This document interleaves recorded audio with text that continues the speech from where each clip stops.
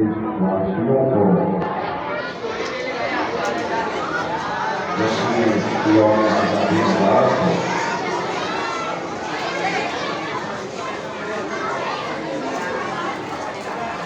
आज मदरसा दारुल उलूम गुलशन मदीना में यहाँ के तलबा व तालिबात में जश्न यौम आज़ादी के मौके पर जो नुमाया किरदार अदा किया है, शायद कि ये हम और आप कभी भुला नहीं सकते हैं। ये 75वां यौम आज़ादी हम मदरसा गुलशन मदीना में इकट्ठे होकर मना रहे हैं। आप एक बात याद रखें, एक जंगे आज़ादी है और एक तहरीके आज़ादी है। जंगे आज़ादी में ज़्यादातर उलमा ने अपनी कुर्बानियाँ पेश की। 1857 में जो उलमा ने इस मुल्क की आज़ादी के लिए कोशिश की है, 1857 की उस जंग को जंगे आज़ादी कहा गया। और 1857 के बाद जो तहरीकें चली हैं आज़ादी की वजह से, उनको तहरीके जंगे आज़ादी के नाम से मौजूद है। आपको मालूम है, सबसे पहले बंगाल की सरजमीन पर ईस्ट इंडिया कंपनी जो अंग्रेजों ने कायम किया, उसमें बंगाल के किसानों के साथ जो ज्यादती हुई, उन किसानों के गन्ने को कंपनी के अलावा बेचने का कोई अधिकार नहीं। यह अंग्रेजों ने कंपनी की तरफ से, ईस्ट इंडिया कंपनी की तरफ से नियम लागू कर दिया था कि कोई बंगाल का किसान अपना अनाज, अपना गन्ना कहीं दूसरी जगह नहीं फरोख्त कर सकता। अगर कोई दूसरी जगह उस कंपनी के अलावा अपना गन्ना बेचता तो उसके साथ अंग्रेजी हुकूमतें ज्यादती करती और उसको सजा दी। तो जब ये माहौल 1700 ईस्वी के करीब बर्पा हुआ, तो सबसे पहले बंगाल के एक बुजुर्ग अपने मुरीद और खलीफा को लेकर अंग्रेजों की बगावत की, और उस बगावत में उन्होंने अंग्रेजों के तमाम फैसले को कलअदम करा दिया। धीरे धीरे 1857 में अंग्रेज कई सूबों पर उनका दंगा हुआ। यहाँ तक कि अंग्रेज हिंदुस्तान के बाशिंदों के माशी, समाजी, सियासी हालात को कमजोर करने लगे। और इस हद तक कमजोर करने पर लग है कि जो उनके खिलाफ बगावत का आलम कलम करता तो उसको सजा देने पर तुल जाता। आप जानते हैं, मेरा की सरजमीन पर जो आज़ादी की तहरीक, जब ये आज़ादी की लड़ाई लड़ी गई, मेरठ और दिल्ली से लेकर लाहौर तक, पेशावर तक उलमा ने उस जंगे आज़ादी में जो हिस्सा लिया है, तारीख उसे कभी भुला नहीं सकती। 1857 में मोहम्मद अली जौहर लंदन के कॉन्फ्रेंस में गए थे।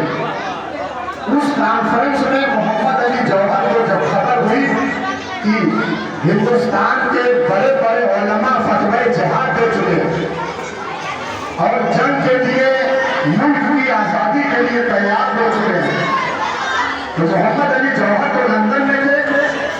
उन्होंने लंदन के उस प्रेस कॉन्फ्रेंस में कहा कि अगर मोहम्मद अली जौहर हिंदुस्तान की आज़ादी के लिए अपनी भी देना चाहे, जान भी कुर्बान करना चाहे तो कुर्बान कर दे, ये बहुत बड़ी बात नहीं। आप उसी दौरान वहां इंतजार कर रहे बैतुल मुकद्दस के पास आपको दफन किया गया। और आप जानते हैं अल्लामा फजल अहमद खैराबादी ने दिल्ली जामे मस्जिद से जुड़ने के बाद उलमा के मशवरे से सबसे पहले आपने जिहाद का फतवा दिया। ये फतवा कोई मामूली फतवा नहीं है। हमने तारीख पढ़ी है, मौलवी ने लिखा है कि दिल्ली से लेकर पेशावर तक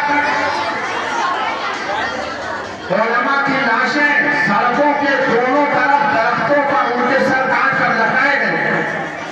शायद भी कोई ऐसा बदनसीब दरख्त हो जिनकी शाखों पर उलमा के शहीदों के सर काट। इतना बड़ा जुल्म था। अल्लामा फजल अहमद खैराबादी की तारीखें और उनकी कुर्बानियां आज भी 1857 की वो तारीख पढ़ने के बाद हमें आपको इस बात पर मजबूर करती है, अगर कभी हिंदुस्तान पर फिर पलट कर वो वक्त आया तो हिंदुस्तानियों को चाहिए कि अपने हुकूक के लिए अल्लामा फजल अहमद खैराबादी की बात को जिंदा किया और उनके जज्बात को एहसास करते हुए अपने मुल्क में अपने हुकूक के लिए, आजादी के लिए बेदरेक कुर्बानियां पेश करें। आप जानते हैं कुछ तारीखों में 22,000 उलमा का जिक्र, जिनके साथ दिल्ली से लेकर लाहौर तक सड़कों के दाएं बाएं दरख्तों पर काटकर लगाए गए। कुछ में लाखों उलमा का जिक्र है और कम से कम 5,1957 की जंग आजादी में मुसलमानों ने अपनी कुर्बानियां दी। मैं ये नहीं कहता इस मुल्क में तरह हमारी कुर्बानियां, मगर 1857 वो जंग आजादी थी जिसमें मुसलमानों ने सबसे ज्यादा बढ़ चढ़कर हिस्सा लिया। और उलमा शहीद क्यों किए गए?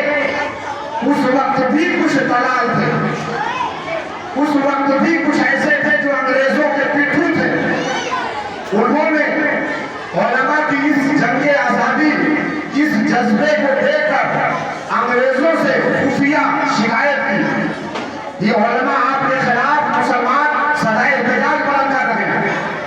तो ये दलाली, उनकी बेईमानी, उनकी नाइंसाफी, जो शिकायत मिलने के बाद अंग्रेज हुक्मरानों ने अदलिया पर बैठे हुए जजों को जिन्हें पावर दिया गया था उनके शिकंजे को कसा, कहा ऐसे उलमा को गिरफ्तार करके फौरन कत्ल कर दिया जाए या फांसी के फंदे पर चढ़ा दिया जाए। तो 1857 की वो जंग आजादी एक ऐसी आजादी है जिसमें मुसलमानों का बड़ा अहम किरदार रहा। और मैं आपको बताना चाहता हूँ उसमें लाखों उलमा ने कुर्बानी दी और सबके नाम सरे फहरिस्त हैं, मगर वक्त का मैं लिहाज कर रहा हाँ, इतना बता रहा हूँ ये मदरसे आतंकवाद के अड्डे नहीं हैं, ये मदरसे ISIS के अड्डे नहीं हैं, ये मदरसे वो हैं जो बच्चे पैजामा कुर्ते टोपी में रहते हैं। इन्हीं की शक्ल में हिंदुस्तान के मदरसों ने न जाने कितने अल्लामा फजल अहमद खैराबादी को पैदा किया। ये इनकी कुर्बानियां। मौलाना अबुल कलाम आजाद ये किसी कॉलेज के स्टूडेंट नहीं थे, मदरसों ने इन्हें पैदा किया। अल्लामा फजल अहमद खैराबादी ये किसी इंग्लिश कॉलेज के स्टूडेंट नहीं थे, इन्हीं मदरसों ने पैदा किया। तो आज भी मदरसों में हुकूक वतनी का दर्स दिया जाता है। आज भी मदरसों में अपने हुकूक, अपने वतन की हिफाजत की बात की जाती है। आपको बताऊं ये मुल्क 1857 के बाद कई तहरीकों के बाद 1947 में आजाद हुआ। मौलाना मोहम्मद अली जौहर ने लखनऊ बंद तहरीक चलाई थी। उस तहरीक में मौलाना मोहम्मद अली जौहर लखनऊ बंद जो तहरीक चलाई, उन्होंने कहा कि पूरे लखनऊ को बंद कर दिया है, पूरा लखनऊ उनकी तहरीक पर आवाज पर बंद कर दिया है। एक अंग्रेज, एक बूढ़ी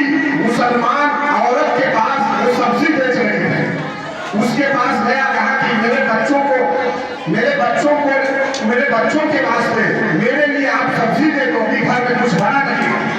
वो गोभी औरत अंग्रेज को जवाब देती है, आप सब्जी की बात कर रहे हो, क्या आपने नहीं सुना मेरे मौलाना, बड़े मौलाना मोहम्मद अली जौहर ने ऐलान किया है कि आज पूरा लखनऊ बंद रहेगा।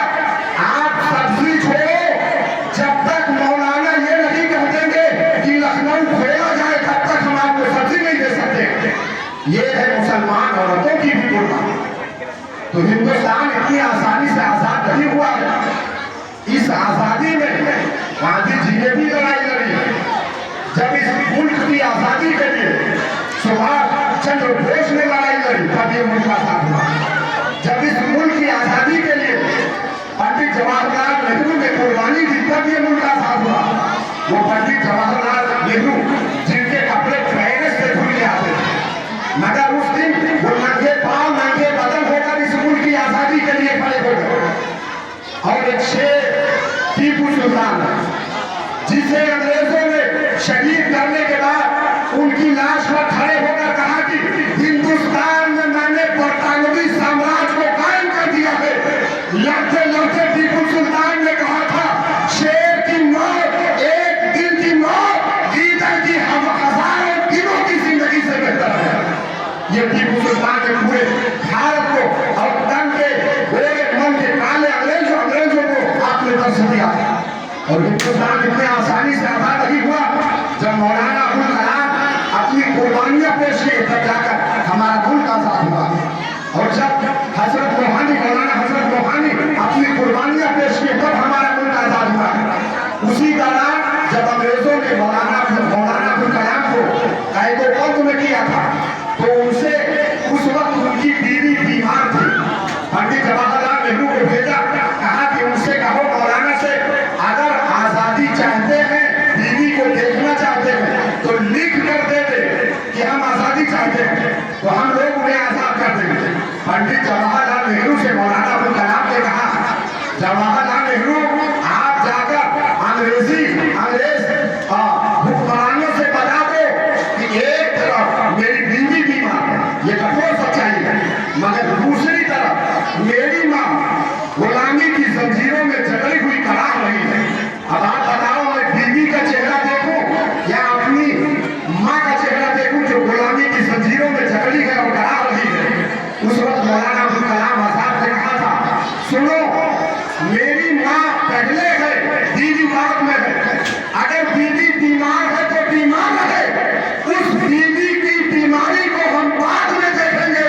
पहले हिंदुस्तान जो हमारी माँ है उसे हम गुलामी की जंजीरों से आजाद करवाएं। ये है इस मुल्क की आजादी के लिए मदारिस में पैदा होने वाले उलमा, तलबा, सूफिया, बुजुर्गों का किरदार, जिन्होंने हिंदुस्तान की आजादी में बड़ा किरदार निभाया।